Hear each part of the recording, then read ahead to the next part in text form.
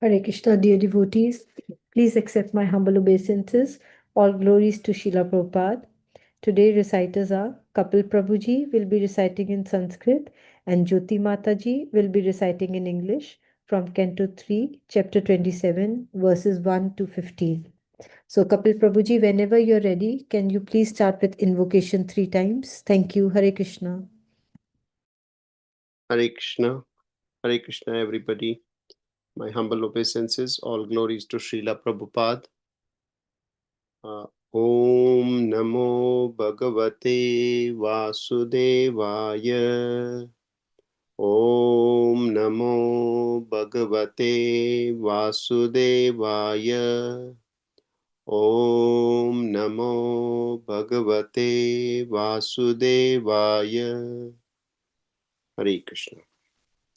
Shri Bhagavan Uvacha Prakristho api purusho najate prakrtirgunehe avikarad akartattvana nirgunatvaja jalarkavat.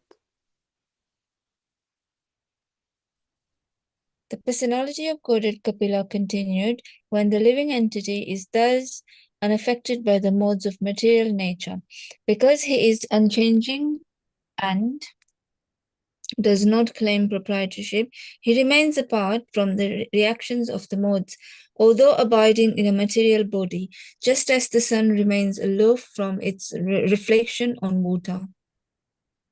Sa esha yarhi prakratir guneshva vivishajate ahankriya vimudatma kartasmati abhimanyate. When the soul is under the spell of material nature and false ego, identifying its body as the self, he becomes absorbed in material activities, and by the influence of false ego, he thinks that he is the proprietor of everything. Tena sansara padvima avasho abhyetanya varata prasangike karma doshe sadasanmishrayo nishu. The conditioned soul, therefore, transmigrates into different spaces in life, higher and lower, because of his association with the modes of material nature. Unless he is relieved of material activities, he has to accept this position because of his faulty work. Arthe hi avidyamane api sansritirna nivartate dhyayato vishayanasya swapne anarthagamo yatha. Actually, a living entity is transcendental to material existence, but because of his mentality of lording it over material nature, his material existential condition does not cease. And just as in a dream, he is affected by all sorts of disadvantages.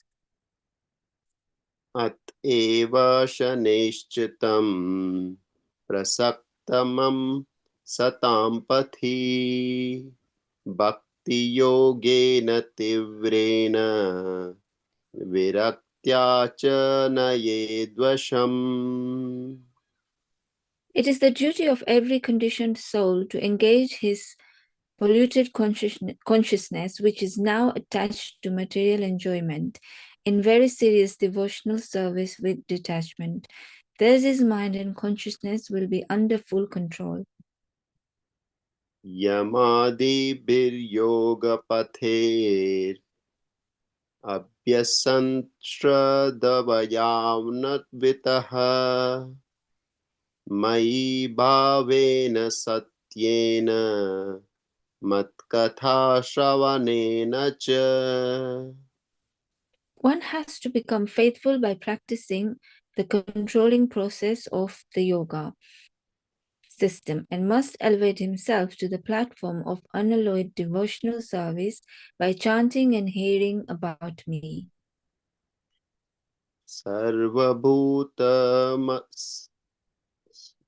सर्वभूतसम्मत्वेन निर्वैराणा प्रसंगतः ब्रह्मचर्येण मौनेन स्वधर्मेण बलीयसा. In executing devotional service, one has to see every little entity equally, without enmity towards anyone, yet without intimate connections with anyone. One has to observe celibacy, be grave, and execute his eternal activities, offering the results to the Supreme Personality of Godhead. यद्रच्योपलब्धेन सन्तुष्टो मितभुङ्गमनिः विविक्तशरणः शान्तो मैत्रः Karun आत्मवान्. For his income, a devotee should be satisfied with what he earns without great difficulty. He should not eat more than what is necessary. He should live in a secluded place and always be thoughtful, peaceful, friendly, compassionate, and self-realized. तानुबन्धे च देहे अस्मिन् कुर्वन् सदाग्रहम् ज्ञानेन दृष्टतत्त्वेन प्रकृतेः पुरुषस्य च. One's seeing power should be increased through knowledge of spirit and matter, and one should not unnecessarily identify himself with the body and thus become attracted by bodily relationships. निवृत्तबुद्ध्यवस्थानो धूरीभूतन्यदर्शनः उपलभ्यात्मनात्मानं चक्षुषेवार्कमात्मद्रकम्. One should be situated in the transcendental position beyond the stages of material consciousness and should be aloof from all the conceptions of life. Thus, realizing freedom from false ego, one should see his own self just as he sees the sun in the sky. मुक्तलिंगं सदा भासम् असति प्रतिपद्यते सतो बन्धुं सचक्षुः सर्वानुस्यूतमद्वयम्. A liberated soul resists the personality of Godhead, who is transcendental and who is manifest as a reflection even in the false ego. He is the support of the material cause and he enters into everything. He is absolute, one without a second, and he is the eyes of the illusionary energy.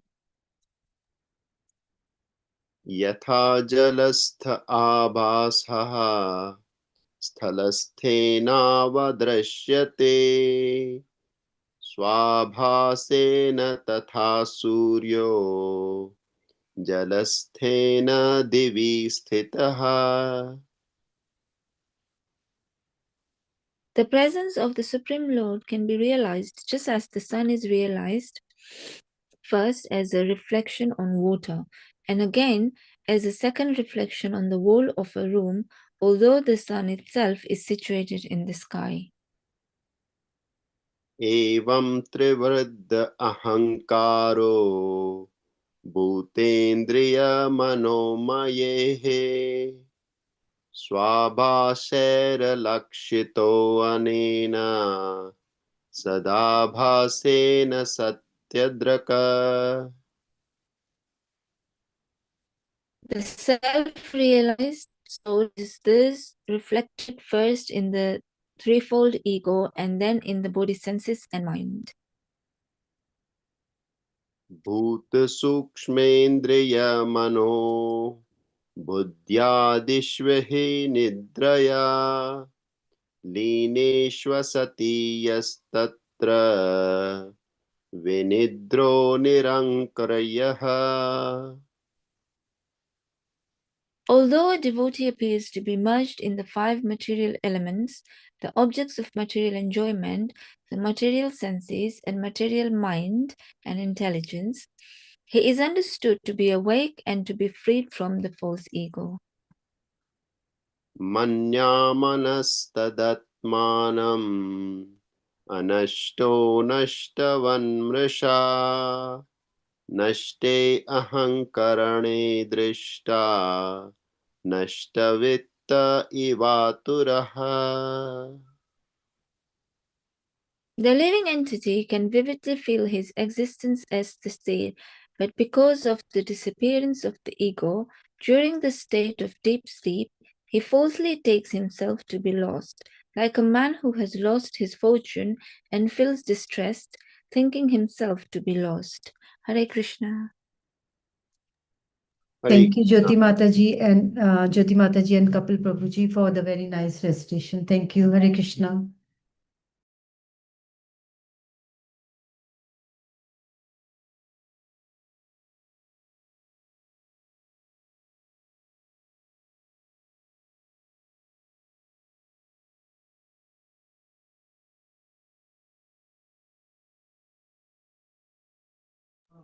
Hare Krishna, Jyoti Mataji.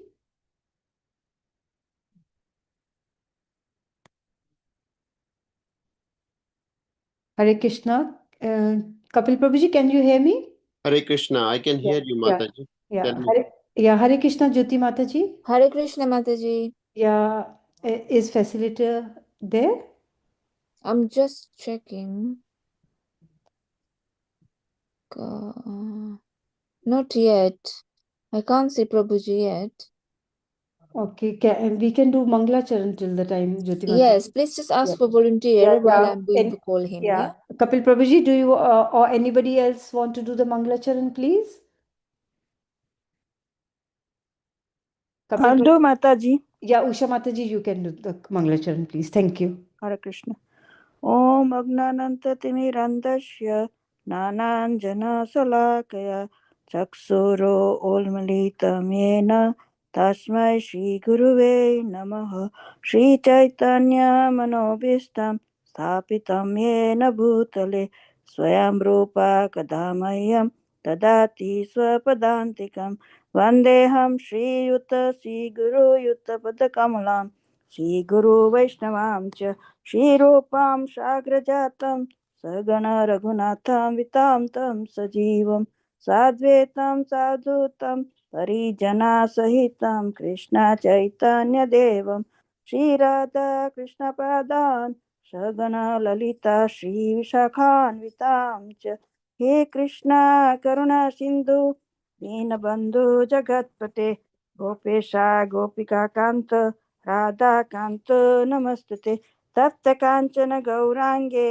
Radhe Vrindavaneshwari वृषभानुसुते देवी प्रणमामि हरिप्रिये वाञ्छकल्पतरुभ्यश्च कृपा सिन्धुभ्य एव च पतितानां पावनेभ्यो वैष्णवेभ्यो नमो नमः नमो ॐ विष्णुपदाय कृष्णप्रेष्ठाय भूतले श्रीमती भक्ति वेदांत स्वामिनिति नामिने नमस्ते सरस्वती देवे गौरवाणी प्रचारिणे निर्विशेषा शून्यवादी पाश्चात्यादेशतारिणे जय श्री कृष्ण चैतन्य प्रभु नित्यानंद श्री अद्वैता गदाधर शिवासादि गौर भक्त वृंद हरे Krishna Krishna Krishna Hare Hare Hare Ram Ram Ram Hare Hare Hare Krishna Krishna Krishna Hare Hare Hare Ram Ram Ram Hare Hare Hare Krishna Krishna Krishna Hare Hare Hare Ram Ram Rama Hare Hare. Hare Krishna. Hare Krishna. Thank you, Shamataji. Thank you so much for that. Hare Krishna, Prabhuji. Hare Krishna. Krishna. Thank you so much for reciting the prayers also. Okay, so let me actually, before I share my screen, so we are going through Canto 3, Chapter 27, which is entitled Understanding Material Nature, and texts 4 to 5. So before I begin with the texts, so just to reiterate where we're at. So a couple of chapters ago, I believe in chapter 25, we started a conversation between, let me just check. Yeah, in chapter 25, we started the conversation between Kapila Muni and his mother, Devahuti. And his mother, Devahuti, had basically approached Kapila to inquire and understand about spiritual life, about the means by which one can escape the hellish conditions of material life. And so from chapter 24, Kapila Muni, from chapter 25, Kapila Muni started to explain the process of devotional service, specifically through a style of philosophy called Sankhya, which basically means to break everything down into its constituent components. And so in chapter 26, what we really hear about is the analysis of the material world by Kapila Muni. He explains a detailed breakdown of various things like the 24 elements or the different tattvas that exist. He explained about the concept of pradhan, which means the unmanifested form of matter. Then he talks about the mahatattva, which is the manifest form. Then he talks about the false ego with the 3 modes. He talks about the mind, the senses, the sense objects, and so many different things. And then he also starts to explain how the creation is actually a progression of evolution. How from the unmanifest comes the manifest, comes the false ego, comes the mind, the senses, the elements that actually form the universe. And also the role of time, how Kala actually acts like a catalyst for that evolution process to take place. And all of this is basically there with the Supreme Lord overseeing the entire creation, the entire cosmos, such that it enables creation, it enables order in the creation, and also it enables the living entities to be impregnated, the material nature to be impregnated with the living entities. And all of this is there specifically to help us understand the distinction between matter and spirit, how the living entity, the jiva or the purusha, is distinct and different from matter. And so he ends chapter 26 by talking about how through the process of liberation, one can understand that difference, or through practicing devotional service and coming to a stage of self-realization. And so in chapter 27, if I just share my screen, this one. So in chapter 27, we start off, which is entitled Understanding Material Nature. The very few verses, what we learn about is basically how the spirit soul becomes influenced by the 3 modes, and through that influence, it misidentifies itself to be the material body. And because of that misidentification, the spirit soul, the spirit soul basically goes through different bodies, i.e. the transmigration that we learn about in the Bhagavad Gita. And so then we come to text 4. Any volunteers to recite the Sanskrit, the translation, and yeah, keep it at that for now.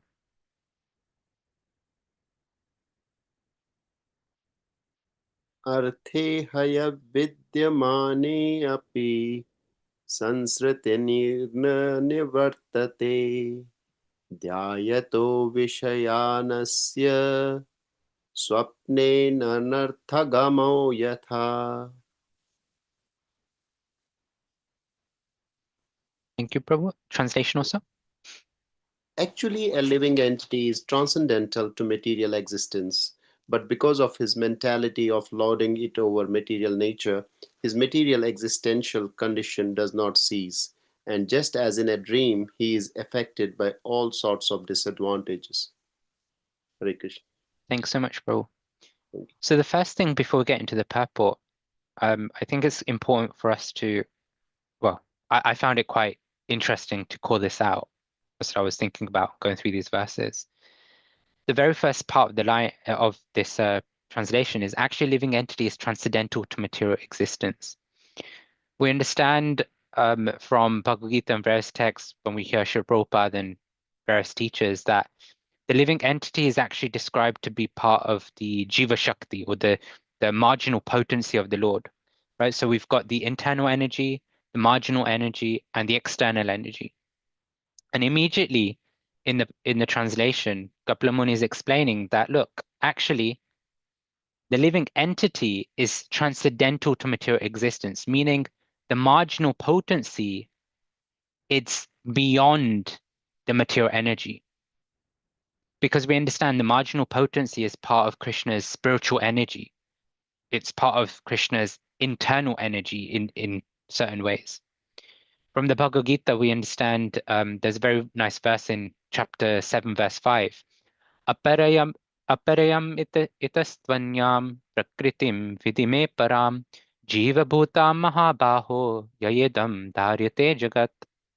Krishna says, besides these, O mighty armed Arjuna, in verse 4, he was talking about the different elements of creation.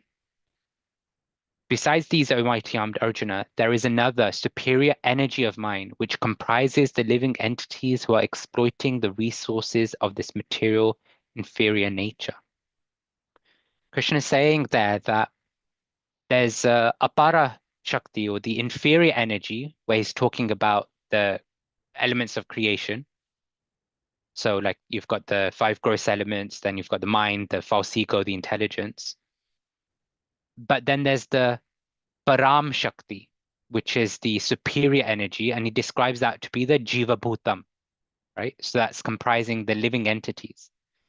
And so Krishna is saying in that verse that the living entities are superior to the material energy. But we have a tendency to enjoy, to desire, to possess, to control. And that's what takes us into the cycle, if you see here. But because of his mentality of lording over material nature, his material existential condition does not cease.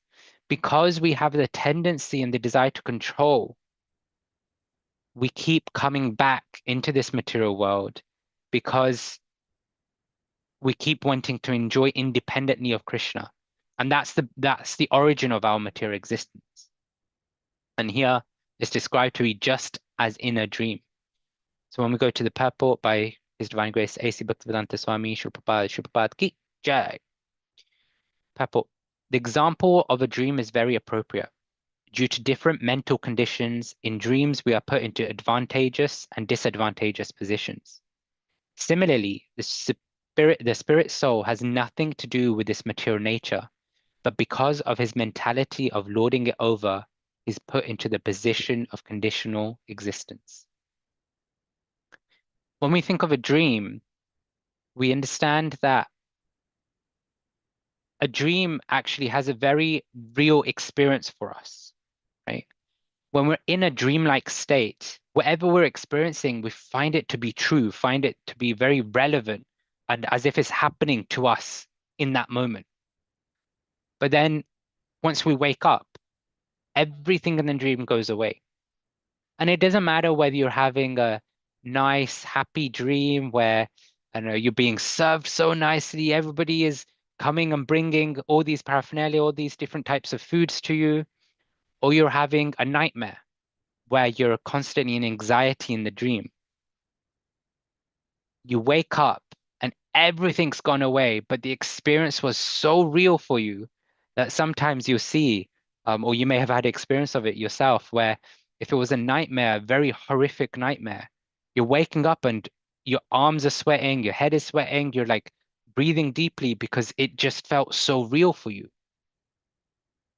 But was it real? Well, we understand that it was just a dream. And in the same way, Sri Prabhupada is explaining that our material existence is just like we've been put into a dream where there's good things that happen or bad things that happen. And therefore, they're not actually real in one sense. It's not that they are imaginary or fake. In the Vedic or in the Gaudiya Vaishnava understanding of how the material world exists and is present, we understand that actually material nature is still a part, like we spoke about, it's still a part of Krishna's energy. So it isn't imaginary or fake. It's unreal in the sense that it's temporary.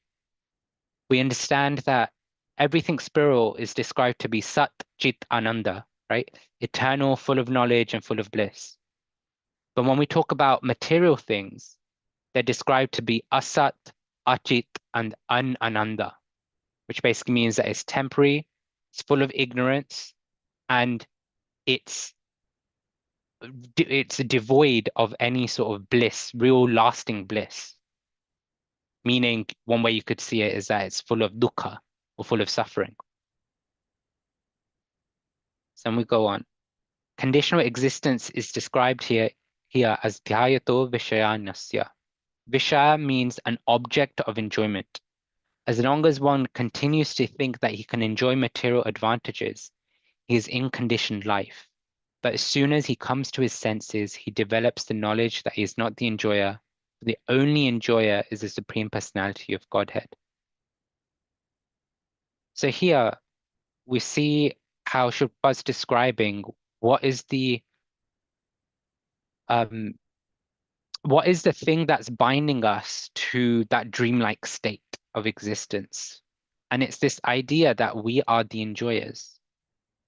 We understand that actually in the material world, and we all have experience of this, that actually whenever we search for enjoyment in the material world, it's always temporary. It's always flickering. Or in Sanskrit, we call it chapala sukha, because it's always coming and going. How many of us have ever searched for suffering in life?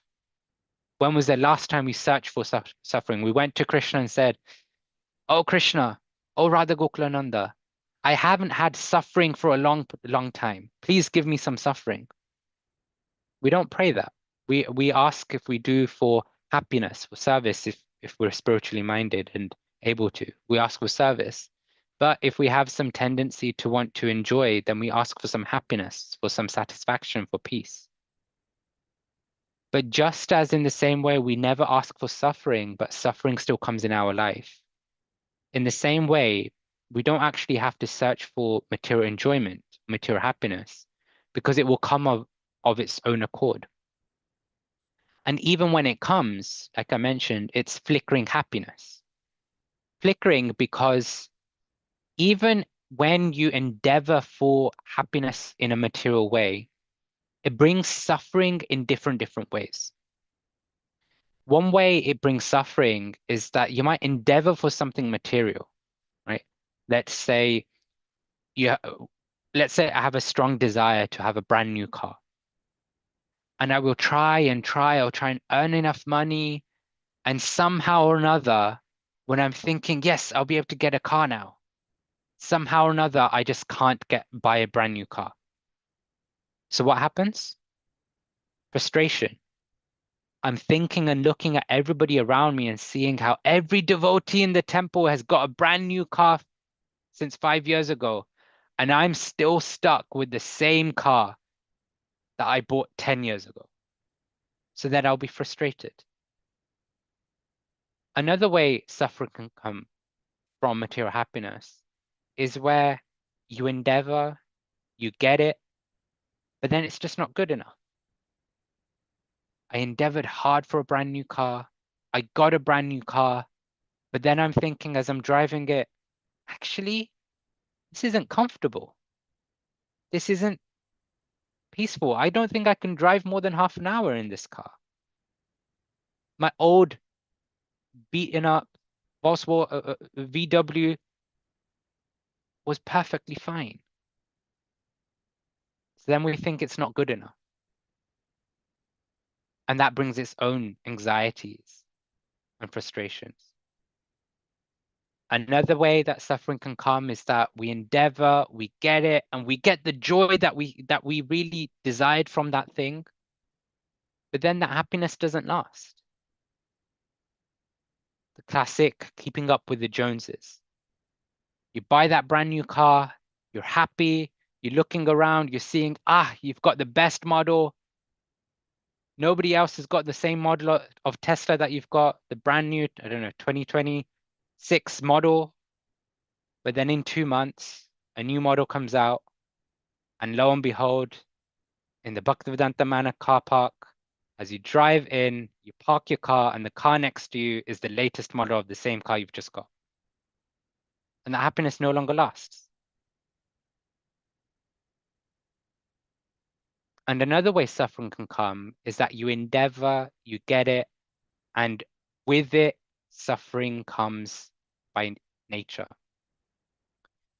I guess I use the example of a car, not because I bought a car recently, but because I have first-hand experience of going through these different stages with a car myself many years ago. I wanted a brand new car with my name on the registration as the logbook, the first name that comes up in the logbook. I got the car, it was okay. The happiness didn't last because as soon as you get the car, a brand new car, the value of the car goes to 50% straight away as your name goes on the logbook. And then with it came the anxiety that every single day I'm looking out of the window, checking, making sure nobody's scratched the car, nobody's nicked the car, no bird poo has dropped on the car. And so with that car comes so much anxiety, so much more mental space gets used up in trying to maintain that happiness or that material object of enjoyment that we've basically endeavored for. And all of that comes from us wanting to continue to think that we can enjoy the material advantages that we've basically endeavored for. But as the last part of the sentence says, for the only enjoyer is the Supreme Personality of Godhead, because we don't understand that actually life is not for us to enjoy. It is for the Supreme Lord to enjoy. Says I go on. As confirmed in Bhagavad Gita 5:29, is the beneficiary for all the results of sacrifices and penances. Bhoktaram Yagnatapasam. And he is the proprietor of all the three worlds. Sarvaloka Maheshwaram. He's the actual friend of all living entities. But instead of leaving proprietorship, enjoyment, and the actual position as the friend of all living entities to the Supreme Personality of Godhead, we claim that we are the proprietors, the enjoyers, and the friends. So here we see how our mentality of thinking, as it says here, that we are the proprietors, the enjoyers, and the friends, is actually misdirected. Because in reality, the only proprietor, the only enjoyer, and the only friend is really the Supreme Personality of Godhead, Krishna. In our life, so many times, and even now, we can have a misunderstanding that actually things are there for our enjoyment, our family, our friends, our resources. They're there for us. They're there for us to enjoy. But actually, through our spiritual maturity and our endeavors and our sincerity, we have to come to this realization that actually everything that is bestowed upon us actually belongs to Krishna and Krishna alone. In the Ishopanishad, the very first verse, we have Ishavasyam idam sarvam yatkincha jagatyam jagat tena tyaktena bhunjita magrita kasyasvid dhanam. We see that everything, or translation, everything animate or inanimate that is within the universe is controlled and owned by the Lord. One should therefore accept only those things necessary for himself, which are set aside as his quota, and one should not accept other things, knowing well to whom they belong. whatever's given to us is actually given to us as if we are caretakers for the Supreme Lord. We're there acting on behalf of Krishna for what belongs to Krishna. Sometimes we hear the example from spiritual teachers, and I believe Srila Prabhupada also, the example of a shopkeeper and a shop worker. The shop worker spends so many long hours each and every day working in the shop. And especially if you go to like a very nice example is if you go to like Govindas or something. You see so many devotees there constantly serving and working in the shop non-stop. And they have the benefit that they can take whatever is required for them to sustain themselves. You know, they don't have to pay for eating at the restaurant because they're working there. So if they're hungry for lunch and they run their break, they can just get that piece of pizza or you know, whatever it is that they want to eat or to sustain themselves. But the profits of the shop are not something that the shop worker can take advantage of. They can't go, oh, I've worked all these 8 to 10 hours in the day. Now I can take the profits from the shop.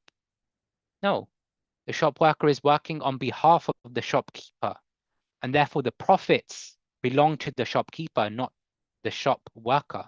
The shop worker can only get as much as is allocated to him to sustain himself off of the work that he's doing in the shop. And so in the same way, we as we live our lives, especially as devotees, we have to constantly endeavor to remind ourselves and develop our consciousness in such a way that actually everything that Krishna has bestowed upon me, whether it be my relationships with family and friends, whether it be the money that I am getting at work, whether it be the skills and the abilities and the contacts that I'm developing at work or in various places, social places that we're going to. It is all there for us to use that in service to the Lord. And when we have that realization, then actually can we act in a way that is truly of service to Krishna. Because there we'll actually understand that we are not the ones doing these things. We are not the ones who are actually the friends and the family members of all these people. It is actually Krishna alone. So if I go on, we perform philanthropic work thinking that we are the friends of human society.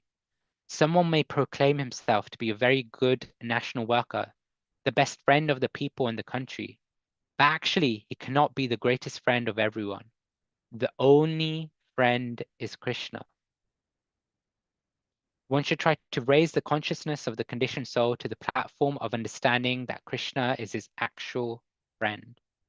If one makes friendship with Krishna, one will never be cheated, and he will get all help needed.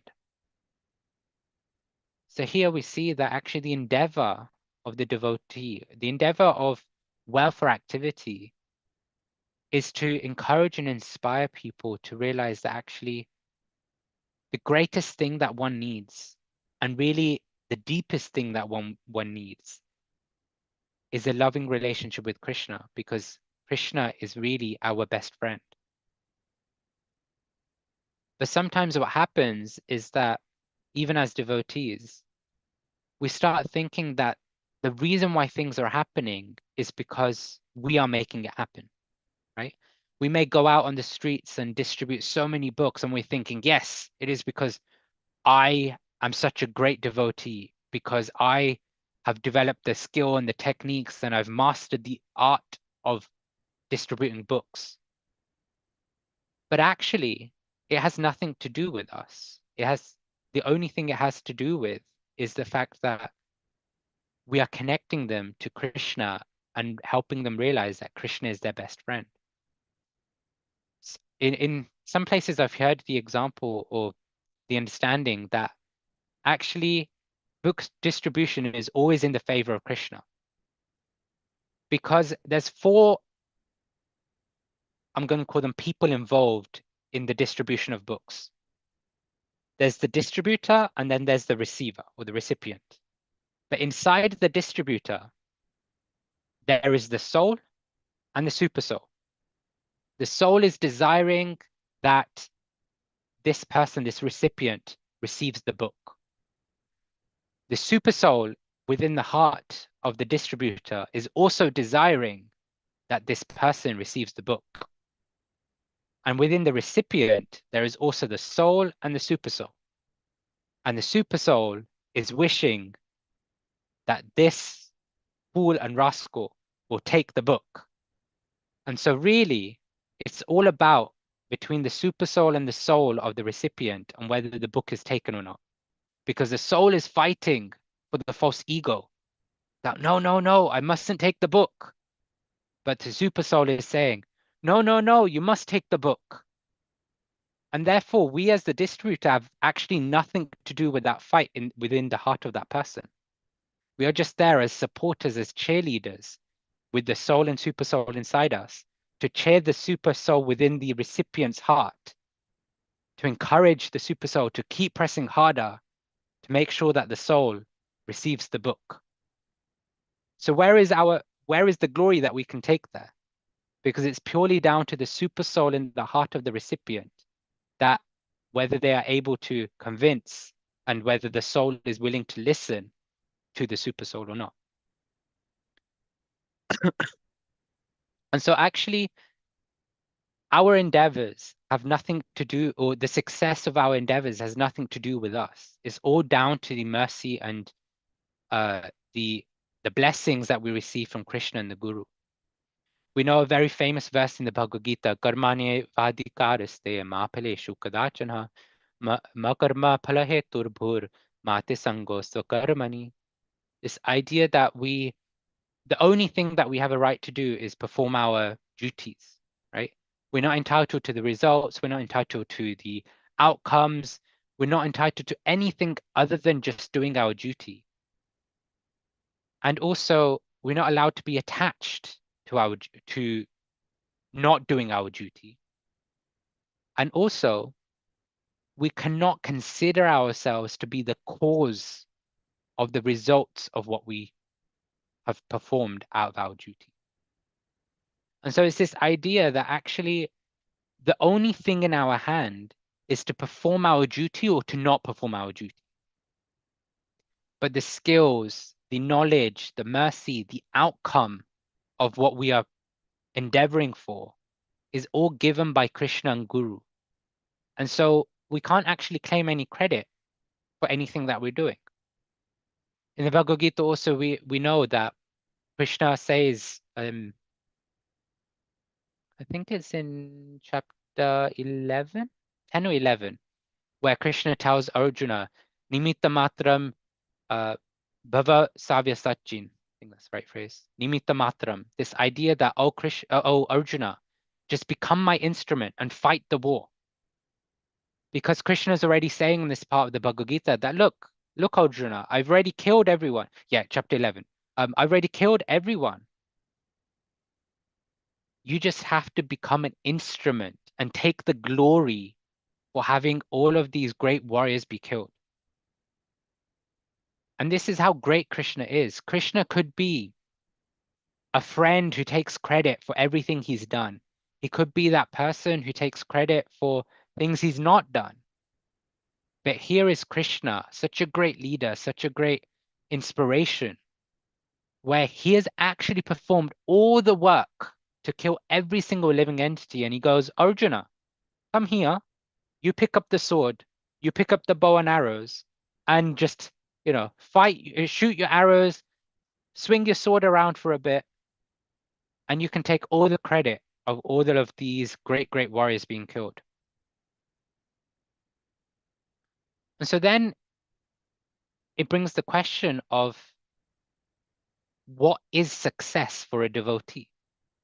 If whatever we are doing, if the outcome, if the results are up to Krishna, whether it's a success or failure, that's up to Krishna, then are we guilty of mistaking the success and failure of a service that we're performing to be a reflection of the depth of our devotion.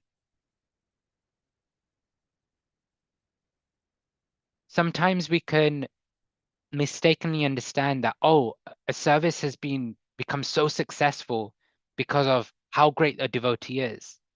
But equally, we will see that somebody who has just come brand new to Krishna consciousness, they endeavor for a service and they get it straight away. It becomes a huge hit, a huge success. Because that's up to Krishna.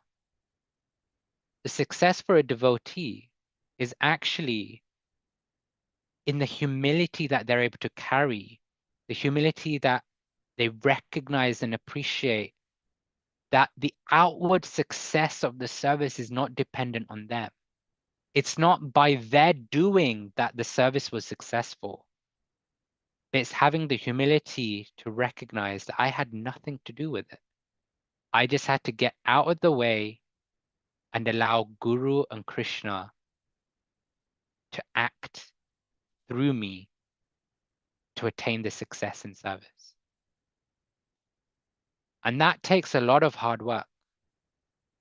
Who of us will go about and perform a service of mass scale or minor scale, doesn't matter, but how many of us will do a service and then completely step away and say, nope, doesn't matter what has happened to the service, no matter how good it is, maybe you've decorated the altar in the temple room. How many of us actually have the level of awareness and humility to just step away and let everybody appreciate the altar in the temple room, but not utter a word of how we were involved in that service? Not even slightly. But that's the level of humility that will determine that's the humility that will determine the success of our service in terms of the internal transformation of our heart. Then going on. Arousing this consciousness of the conditioned soul is the greatest service, not posing oneself as a great friend of another living entity. So very much the same point. The power of friendship is limited. Although one claims to be a friend, he cannot be a friend unlimitedly. There are an unlimited number of living entities, and our resources are limited. Therefore, we cannot be of any real benefit to the people in general. The best service to the people in general is to awaken them to Krishna consciousness, so that they may know that the supreme enjoyer, the supreme proprietor, and supreme friend is Krishna. Then this illusory dream of lording over material nature will vanish. The best service to the people in general is to awaken them to Krishna consciousness, so that they may know that the supreme enjoyer, the supreme proprietor, and the supreme friend is Krishna. Many of us may have heard like motivational speeches on like welfare activities. I remember when I was quite young, I don't remember how old, but some charity workers, like motivational charity workers, had come to school. And they were, I can't remember which country in Africa, but they were supporting different villages in very very underdeveloped areas of Africa. Obviously, generally Africa is, relatively speaking, especially relative to the likes of UK or America, quite underdeveloped, but they really were focusing on certain villages or certain tribal areas that were really underdeveloped. And they came with this really nice expression, which we would have heard in various capacities in different ways and cultures and communities. And they were really emphasizing how they're helping the poor community, right? And why the help that they're giving is the best type of help. This idea that if you've got a village, they're struggling, they're underdeveloped, they don't really know what to do, you could help them out by bringing them ready cooked food, right? And how far would that help reach them? Well, they'll be satisfied for a meal, maybe 2 meals, right? So then they were saying, well, that's not scalable. That's not enough. So then what's the next best thing that can be done? Well, you could bring the raw materials, right? Bring grains, mass grains, bring obviously there'd be meat eaters and stuff like that. So bring like mass fish and so many raw ingredients that then the people of that village could then buy or save whatever it is, hoard it for some time, and then they'll be able to cook their own meals. How long would that last? Couple of meals, couple of days, a week at most, and then the raw materials will start going off. And so their idea was that the best way to actually help communities develop is by teaching them how to look after themselves, by teaching them how to fish, how to grow their own food, how to harvest, and all these different things. And then that will help that community grow and sustain themselves, not just for a lifetime, but for generations, because then one generation will teach the next, and so on and so forth. And that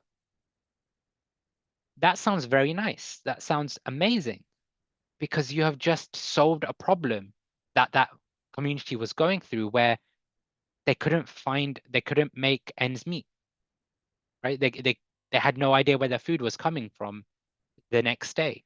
But if you taught them how to make their own food, then that problem goes away. But then we come to the Krishna conscious philosophy and understanding that actually, is that the best type of help we can give? Is that the best welfare activity for any living entity? And then we come to the Bhagavad Gita and we hear Janma Mrityu Jara Vyadi Dukkha Doshana Darshanam. That there are actually four very fundamental problems of human/material life. Janma, Mrityu, Jara, Vyadi. Birth, death, disease, and old age. Or old age and disease. Jara is old age. Even if we help these communities, the living entities, on how to sustain their life, how to pass that sustenance or that skill of sustenance through different generations, they're still going to experience the miseries that come with birth, death, old age, and disease. We haven't helped them in the fundamental problems of life. And so actually, what is the best welfare activity? The best welfare activity would be solving the fundamental problems of life. And so that's where Srila Prabhupada very encouragingly, throughout all of his purports in the Bhagavad Gita, it brings us to this point that actually the best way we can help ourselves and help the people around us is by giving them access to spiritual wisdom, by making the spiritual wisdom accessible, relevant, and present for everybody and anyone. Because what the spiritual wisdom can then do is by just even through that small association that may come with that spiritual knowledge, they get the understanding, they get the knowledge, they get the awareness of how to uplift their consciousness such that they can become free from these four fundamental problems of material life. And that's the duty of a devotee. The duty of a devotee is to serve Krishna and serve Shri Guru. And Krishna and Shri Guru constantly emphasize this one point, as is mentioned in Chaitanya Charitamrita. Yara dekhe tarakaha Krishna Upadesh, Amara Agnaya hoy, Amara Agnaya Guru Hana Tara Edesh. This idea that everybody should become a guru.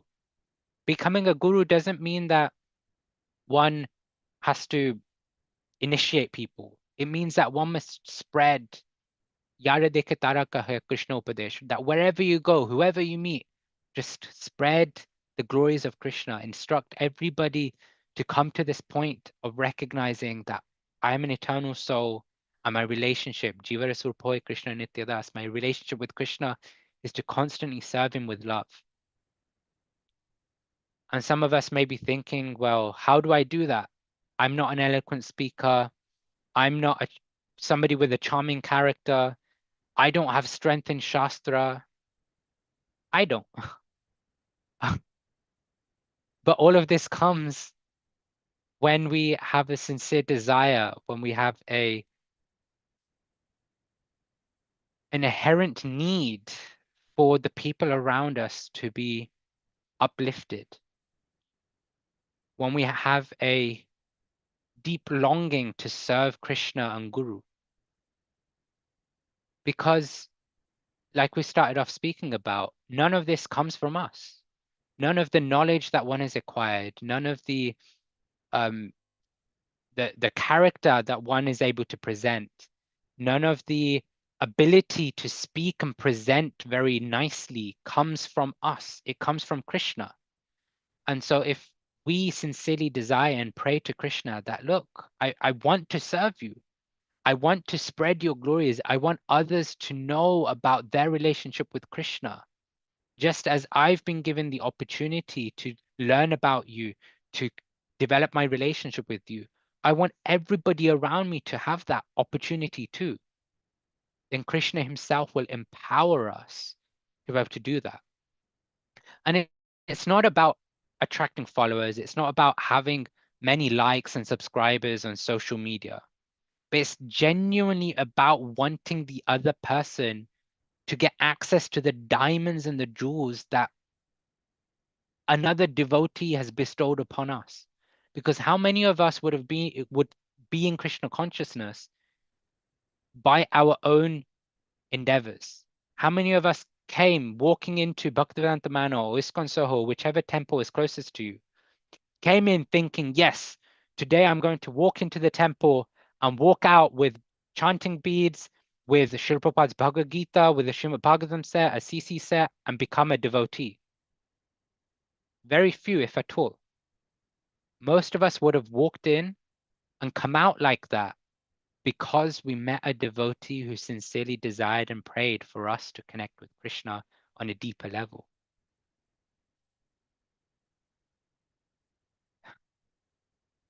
And so, go to verse 5. Okay, I'm conscious of time. Any volunteers to recite the Sanskrit and the translation?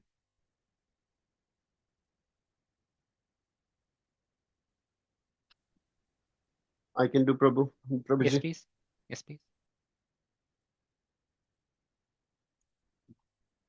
At eva shaneshchitam prasaktamasataam pathi bhakti yogena tivrena virakya cha nayadvesham. It is the duty of every conditioned soul to engage his polluted consciousness, which is now attached to material enjoyment, in very serious devotional service with detachment. Thus, his mind and consciousness will be under full control. Thank you. Thanks so much, bro. So, chapter 5. So immediately what really stands out for me is conditional soul to engage its polluted consciousness, which is now attached to material enjoyment. So this idea that we're leaving off from the previous verse, right? Where we are basically under the influence of the three modes, but we have the opportunity to go beyond it. Is very serious. It is the duty of every conditioned soul to be very serious in devotional service with detachment. Thus, his mind and consciousness will be under full control. So it's the idea that if we control our mind and senses, if we engage in devotional service, then we can control our mind and senses. So purport, the process of liberation is very nicely explained in this verse. The cause of one's becoming conditioned by material nature is his thinking himself the enjoyer, the proprietor, or the friend of all living entities. So we already spoke about this in the previous verse, whereby our desire to enjoy, our desire to control, is basically the cause of our conditioning in material life. This false thinking is a result of contemplation on sense enjoyment. So here what we learn and what we are seeing is that when we contemplate on material things or on sense enjoyment, right? Or the sense objects. What happens is that in the mind, there is a subtle desire to enjoy it. And in that moment, we may or may not act on that desire. But the fact that the desire is there, the seed is planted. And as that seed gets watered with different sort of thoughts or contemplations that come up in similar sort of frames or similar sort of themes and areas of life, at some point, we end up acting on that desire. And so we hear the classic phrase of thinking becomes our acting, right? When we're thinking something, when we're contemplating on it, that becomes our action. And so if we think about something material, eventually we act by doing something material. And what we're seeing and reading here is that that becomes the cause of our conditioning. But equally, if we think about and contemplate on doing something spiritual, then eventually we'll act on that, and that can become the cause of our liberation. So then moving on, when one thinks that he's the best friend to his countrymen, to his countrymen, to society, or to humanity, and he engages in various nationalistic, philanthropic, and altruistic activities, all that is just so much concentration on sense gratification. Now, this is interesting. Okay, actually, let me read the next part. The so-called national leader or humanist does not serve everyone. He serves his senses only. That is a fact. Now, Srila Prabhupada is very heavy in this section, whereby he's basically saying that anybody who's trying to do welfare work in a philanthropic, nationalistic, altruistic sort of way is actually not done out of, or not necessarily born out of a selfless cause. It's actually, as he says here, he serves his senses only. It's actually quite selfish. How do we understand this? In the Bhagavad Gita in chapter 17, she didn't bring it up. Let me just bring it up. In chapter 17 of the Bhagavad Gita, there are some nice verses on describing charity. So text 20, 21, 22. So text 20, charity given out of duty without expectation of return at the proper time and place and to a worthy person is considered to be in the mode of goodness. But charity performed with the expectation of some return, or with the desire for fruit of results, or in a grudging mood is said to be charity in the mode of passion. And charity performed at an impure place and improper time to unworthy persons or without proper attention and respect is said to be in the mode of ignorance. So here we see that there's charity which is described to be in different modes. And what are those modes? Goodness, passion, ignorance. We understand that there's three modes of material nature. The goodness is the best because that is most fulfilling, most wholesome. Ignorance is worst. But actually there's something beyond the three modes, which is the mode of pure goodness, where it's spiritual, where it's spiritual engagement, spiritual activity. And so whilst on the outset, if I just go back, whilst on the outset, it may seem like this sort of charity, right? These sorts of activities, welfare activities, are actually really, really good. As an activity, charity is generally considered very good, even as Vaishnavas. However, the activity alone does not determine whether that activity is a selfless or a selfish activity. The other contributing factors are our intention and desires and our attitude that goes into that activity. And so when we go back to the modes, we see that the best type of charity within the three modes is that which is in the mode of goodness, which is out of duty, without expectation of return, at a proper time and place, to a worthy person. It's this idea of performing an activity because we know it's the right thing to do. And we're doing it, or we're giving the charity to somebody who actually is in need, who is actually going to utilize the charity we've given in a positive and good way. But the other thing with the mode of goodness is that actually sometimes the intention and the attitude isn't necessarily in a form which is in the mode of goodness also. Because here, this is talking about the act of charity, right? The act of charity is done in this way. But the intention and the desire may be that actually, you know what? I've given some charity. I've done this philanthropic work. Look at the recognition I'm getting. Look at the happiness that I'm feeling and experiencing by giving charity. And therefore, that could, to some degree, fall under mode of passion also. Expectation of some return, maybe not, but with a desire for fruit of results. Fruit of results here doesn't necessarily have to be gross. It could also be subtle enjoyment. And so like this, charity itself can be quite complex. And so when we read Prabhupada's purport like this here, the way I personally read this is that charity in itself is actually a very good, positive, pious thing. But what's the deeper intention? What's the deeper attitude behind that charity? Is it truly coming from a place of selflessness? Or is there some tinge of selfishness? And the way you could test that is if the people or if the project you are donating to or donating meaning could be financial charity, it could be time charity, whatever it is.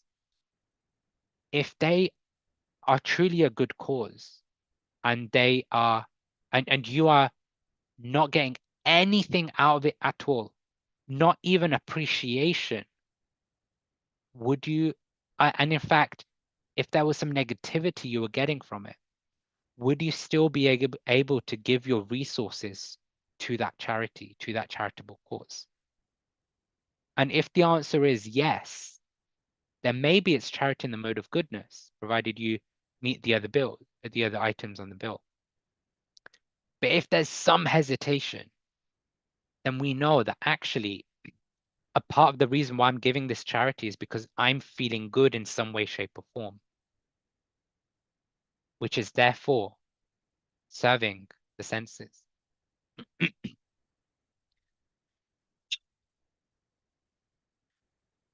And so, as we move on, but the conditioned soul cannot understand this because he is bewildered by the spell of material nature. It is therefore recommended in this verse that one engage very seriously in the devotional service of the Lord. This means that one should not think that he is a proprietor, benefactor, friend, or enjoyer. He should always be cognizant that the real enjoyer is Krishna, the Supreme Personality of Godhead. That is the basic principle of Bhakti Yoga. One must be firmly convinced of these three principles. One should always think that Krishna is the proprietor, Krishna is the enjoyer, and Krishna is the friend. Not only should he understand these principles himself, but he should try to convince others and propagate Krishna consciousness. We see that the mode of pure goodness, or charity in the mode of pure goodness, in terms of the intention and the attitude, is really one where the devotee has this mentality of being convinced about these three principles, that Krishna is the proprietor, Krishna is the enjoyer, and Krishna is the friend. When we perform charity or any activity with these three principles at the forefront of our consciousness, then we are actually able to give true devotional service and true charity to Krishna. Because then we recognize that it's not about how I'm feeling or what I'm going through and experiencing in this service. It's actually, is this pleasing to Krishna? How many of us wake up each day and are excited about chanting our rounds, and we chant all of our rounds with the same enthusiasm as we once chanted or started our experience of chanting in this life? Very few would be able to put their hand up on that. But we endeavor and we engage, ideally, with the mood and the thought that it doesn't matter whether I'm enjoying chanting or not. It's not about my experience of chanting. It's not about my taste of chanting. It's about the fact that, so we go on knowing that me calling out Krishna's names is pleasing to Krishna. And therefore, whether or not I'm getting a taste in the chanting, the success is not in whether I feel happy whilst chanting, it's whether Krishna is happy from my chanting. And we know Krishna is most pleased when we're calling out his names in a pure state of consciousness where we are constantly endeavoring to focus our mind on Krishna and service to Krishna and praying and meditating to be of service to Krishna. But those rounds where we are chanting with an absent state of consciousness, where we're maybe going through the shopping list in our mind, replaying that argument, that discussion, that conversation from yesterday, preparing for what am I going to cook for breakfast, lunch, and dinner, or thinking about the project at work. We know that those rounds will feel like to Krishna that this guy, this Bhaj Govindam is calling out to me, but I'm trying to listen to him, I'm trying to pay attention, but he's just not paying attention to me. It's like being on a phone call with somebody and you've got your phone, next to your ear, but you're speaking to or doing other things and you're not paying attention to the phone call. That's how Krishna feels, that why are you on a phone call with me if you want to think about and do all these other things? But if we constantly remind ourselves that actually everything we're doing in spiritual life is to please Krishna, then our thoughts, our desires, our needs go in the background. And it all becomes about what is going to be most pleasing to Krishna. And how do we do that? In the next section we see, as soon as one engages in such serious devotional service of the Lord, naturally the propensity to falsely claim lordship over material nature disappears. That detachment is called vairagya. Instead of being absorbed in so-called material lordship, one engages in Krishna consciousness. That is control of consciousness. When one engages in when one engages in tivrena bhakti yogena, in intense devotional service, very seriously, as it's called out here, in serious devotional service, then the tendency is to contemplate on material things. It naturally starts going away.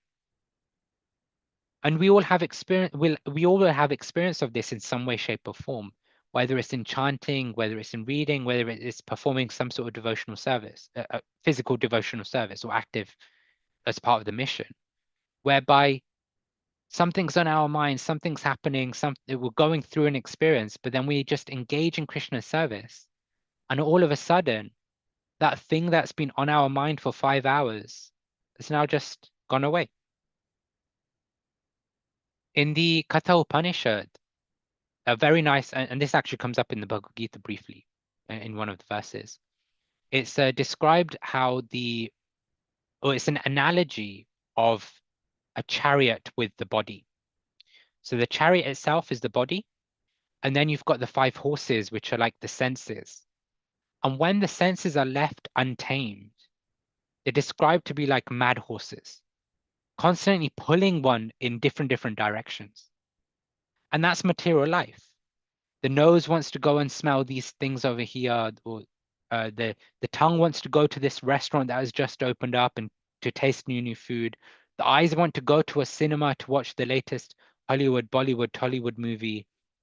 The ears want to go and listen to a concert from the latest pop, jazz, R&B, whatever it is these days, K-pop, whatever, songs. And like this, the senses are constantly pulling us in different directions. But the practice of spirituality and spiritual life in general is about taking control of those senses. That is control of our consciousness, right? So Krishna consciousness, Srila Prabhupada describes, or engaging in Krishna consciousness, is controlling our consciousness. Why and how? Because when we're seriously endeavoring in spiritual life, then what we're saying and doing is, you've got those mad horses, your senses are there, but we're taking the reins that those horses are tied to and handing them over to Krishna by engaging in devotional service. And so we're saying, Krishna, you're in control of the direction of these horses. And so Krishna then directs the horses, the senses, in the right direction, which is to engage in his service. So we smell the tulsi leaves and the incense available at Krishna's lotus feet. We engage our tongue in eating very nice prasadam, and if it's not prasadam, we say no. We engage our eyes in seeing the beautiful form of the deities in the temple, whether at home or in the temple building itself. We engage our ears in hearing Krishna Katha and spiritual discourses like on CHADPLUS twice a week or 3 times a week, 4 times? I don't remember anymore. Like this, we engage our senses in different ways because we're understanding that, okay, handing the reins to Krishna means we follow what Krishna wants from us in our life, and that is to engage in devotional service. And the way to engage in devotional service is prescribed to us through the scriptures, through the acharyas, through Srila Prabhupada's teachings. The yoga process necessitates controlling the senses. Yoga indriya samyama. Since the senses are always active, their activities should be engaged in devotional service. One cannot stop their activities. If one wants to artificially stop the activities of the senses, his attempt will be failure. This idea that our senses are always active. We can never actually stop our senses from acting, but we can direct them and engage them in an appropriate way. Even the great yogi Vishvamitra, who was trying to control his senses by the yoga process, fell victim to the beauty of Menaka. There are many such instances. Unless one's mind and consciousness are fully engaged in devotional service, there is always the opportunity for the mind to become occupied with desires for sense gratification. This is really important. I was going to share a story from the Bhagavatam about a great sage, I forget his name, Shobra Muni. I won't narrate because I'm conscious of time, but yeah, if you wanted to, it's Shobra Muni from Srimad Bhagavatam. But in a very short form, it's basically a great sage who had complete mastery over his senses, and he was completely detached, such that he was disappointed from living in a communal environment because he would be disturbed in his meditation all the time. And so he decided that he's going to go and perform meditation whilst under the water. But what's being described by Srila Prabhupada here is that no matter how hard one tries to control the senses by nature are active and they will need to be engaged in some way. Because what happened with Shobra Muni is that underwater he saw 2 fish copulating, i.e. Enjoying each other's company. And that agitated him, and therefore he wanted to go and engage his senses in that way. And it's a very important lesson or a pastime, because what we learn here is that no matter how much you have learned, no matter how much knowledge you have of scriptures even, controlling the senses without engaging them in a higher activity, there is still a high risk of misusing the senses. I.e., if you don't control the senses by engaging them in something better, you will by default engage them back into something which is derogatory by nature. And so one must engage seriously in devotional service. This idea of Tivrena Bhakti Yogena, this idea that we must engage in intense devotional service, such that when we're controlling the senses, like a tortoise is pulling its limbs inwards, we pull our senses inwards when it's looking at engaging in Maya's service or in the service of material energy. But we take the limbs out and intensely engage in devotional service such that the senses can be correctly and appropriately utilized and engaged in something beneficial for us and everybody around us. One particular point mentioned in this verse is very significant. It is said here, prasaktam asatam pati. The mind is always attracted by asat, the temporary material existence. Because we have been associated with material nature since time immemorial, we have become accustomed to our attachment to this temporary material nature. The mind has to be fixed at the eternal lotus feet of the Supreme Lord. Sarve mana Krishna padara vindayo. One has to fix the mind at the lotus feet of Krishna, then everything will be very nice. Thus, the seriousness of Bhakti Yoga is stressed in this verse. I guess I'll end on this point that through this verse and even other verses throughout the Srimad Bhagavatam, we hear that actually casual devotion is not good enough. Just casually being a devotee, yeah, we've got spiritual life, we've got the sanghas on a Monday, get what other days, Wednesday, Sunday evenings, and I'm probably missing a day. It's nice, you know, I get my spiritual boost then. And then the rest of the time, we're just engaged in family life, in work life, in engaging and entertaining our senses. If we want to perfect our life, if we want to attain control of our senses, such casual devotion is just not good enough. We hear throughout the Srimad Bhagavatam and throughout the purpose of Srila Prabhupada that one has to engage in Tivrena Bhakti Yogana, an intense devotional service, by which one, by hook or by crook, engages the mind and their energy and their time in Krishna's service as much as is physically and mentally possible. So much of our life we waste. 24 hours of a day, how many hours, if we sat down and counted where every minute was spent, how much of that is actually being wasted? How much of that is actually not helping us progress in our spiritual life? Going to work helps us because then it maintains our family or maintains our home, and Bhajan Kutir, the place where we chant and read and attend sanghas from. But then what are we doing with the remaining time? How are we engaging our family time? How are we engaging our eating time? How are we engaging our free time? All of these we have to really introspect and look deeply at, and really come to this point of trying to slowly but surely engage more and more of our life in Krishna's service. Otherwise, we fall prey to complacency, to default habits, to the common phrase that everybody has, which is, I have no time. So yeah, so I'll end there. I'm conscious we are over time, so thank you so much. I guess to summarize the two verses 4 and 5. In verse 4, we primarily heard about and the focus on how what keeps us bound to the material world is basically just that dream state. And in verse 5, we especially emphasize on how the practice of devotional, intense devotion, not only gets us out of that dream state, but it keeps us out of that dream state. So I'll end there. Hare Krishna, Krishna Krishna, Hare Hare, Hare Rama, Rama Rama, Hare Hare. Any questions, comments?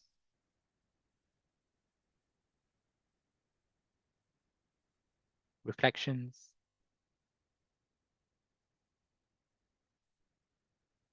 No? In that case, we can end. Vanchakalpatarubhyascha kripasindhubheva patitanam pavanebhyo vaishnavebhyo namo namaha.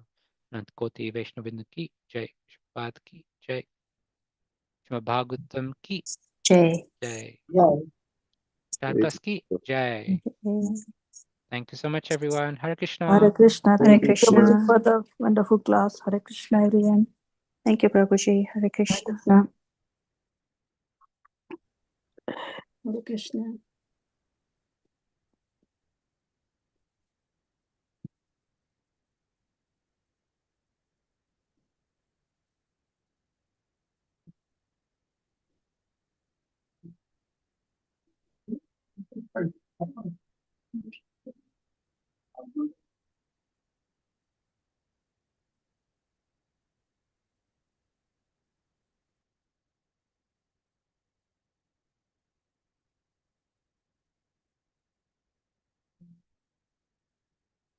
Hare Guna Guna